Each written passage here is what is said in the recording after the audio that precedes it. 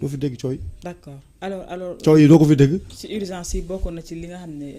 porte parole gouvernement bi wax na ko jëm ci suñu pétrole bi ak suñu gaz bi wax na transparence buñ ci wut ba ci ku ci nekk li nga ci moom nga mën koo am te gis nañu récemment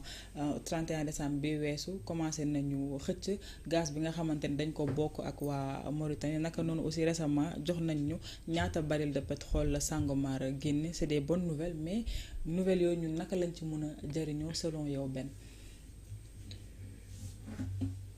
Man, ce qui est important, c'est que aujourd'hui, ces ressources sont entre de bonnes mains. Oui. Vous l'avez dit l'autre fois, c'est une émission, moi, contrat yaa ngi fii lu ñu si mun jubbanti ñu jubbanti ko. lu nga xam ne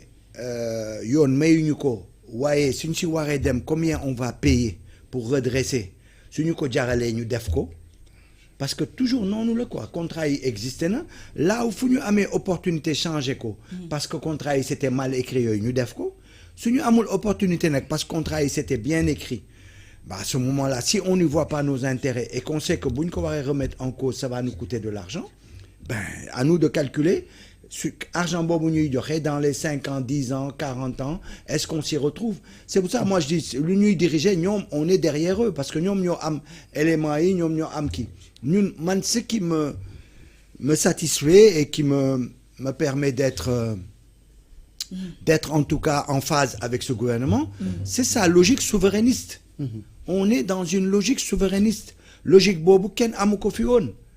xoolal par exemple et cette logique souverainiste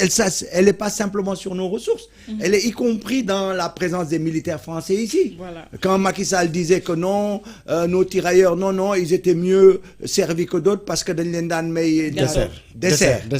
d'accord mais est-ce que nous on parle comme ça on parle pas comme ça donc vous avez vu il y a un changement donc cette logique souverainiste et boo xoolee waa Côte d'Ivoire avec le président Macron ils étaient dans une logique aujourd'hui boo gisee waa Côte d'Ivoire refuser topp Macron ça veut dire dafa xam ne il va être isolé il va être tout seul donc il est obligé de dire man tamit les militaires français donc mooy la surprise du siècle mais voilà mais c'est-à-dire que aujourd'hui logique souverainiste au Sénégal avec la logique qui se passe aujourd'hui avec le Mali le Niger et autres etc font qu'il y a une dynamique qui est très intéressante qui font que y compris au-delà de nos ressources c'est dans les mentalités même c'est-à-dire que Sénégalais bi aujourd'hui Malien bi Nigérien bi et tout ça ces gens-là se posent des questions c'est-à-dire aujourd'hui on a révolutionné un peu notre manière de penser c'est-à-dire le Sénégalais il est plus là à regarder des autorités là ñuy def lu leen neex da ko deful ñu ne la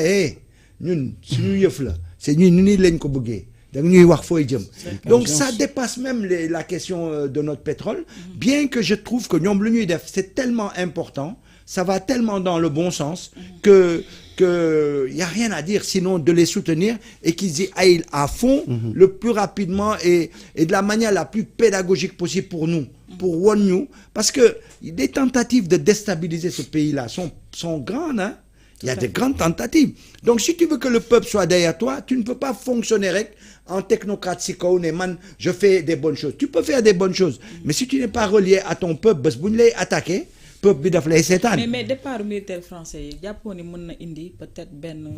déséquilibre ci dëkk bi parce que gis nañ récemment dañu demander le départ des militaires démb tentative de kii am fan au Tchad voilà au Tchad oui mais c'est pourquoi je dis il y aura des tentatives voilà. C'est-à-dire que la France c'est quand même une puissance coloniale une puissance néocoloniale une puissance esclavagiste ils nous ont mis à l'esclavage ils nous ont colonisés ils nous ont dominés ils nous ont néocolonisés tu crois que ñooñu dinañu bàyyi loolu da ngay jël un exemple ils disent que ñun on était sous la tutelle suñu armée c'était sous la tutelle de l'armée française soi-disant que dañuy jàngal xeex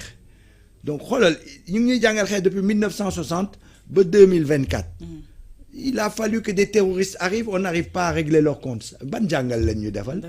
est-ce qu'ils nous ont armés jàngal lu ñu armé wuñu mais ñoom en fait ils sont là pour tu sais ces militaires présents en France ici là au Sénégal l'armée française était là pour consolider le pouvoir de Senghor pour que s'il y a une rébellion ñu maté leen dans les 24 heures Senghor avait plus confiance c'est pour ça boo xoolee position armée française dans la capitale au niveau du plateau xoolal position yu nekk c'est des positions avancées c'est des positions stratégiques. Ils n'ont pas choisi d'être à Ouakam, ils n'ont pas choisi d'être là-bas, etc. C'est des positions stratégiques pour que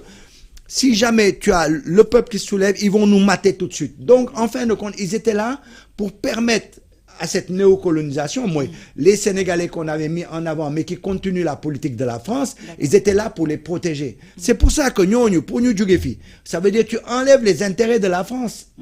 Tu comprends? Et donc, la France, aujourd'hui, ne peut pas accepter de perdre tous ces intérêts comme ça, parce que c'est des intérêts qui doivent sortir parce que doivent nous donner note pour avancer les communautés. Donc, lolo, ça va pas se passer calmement.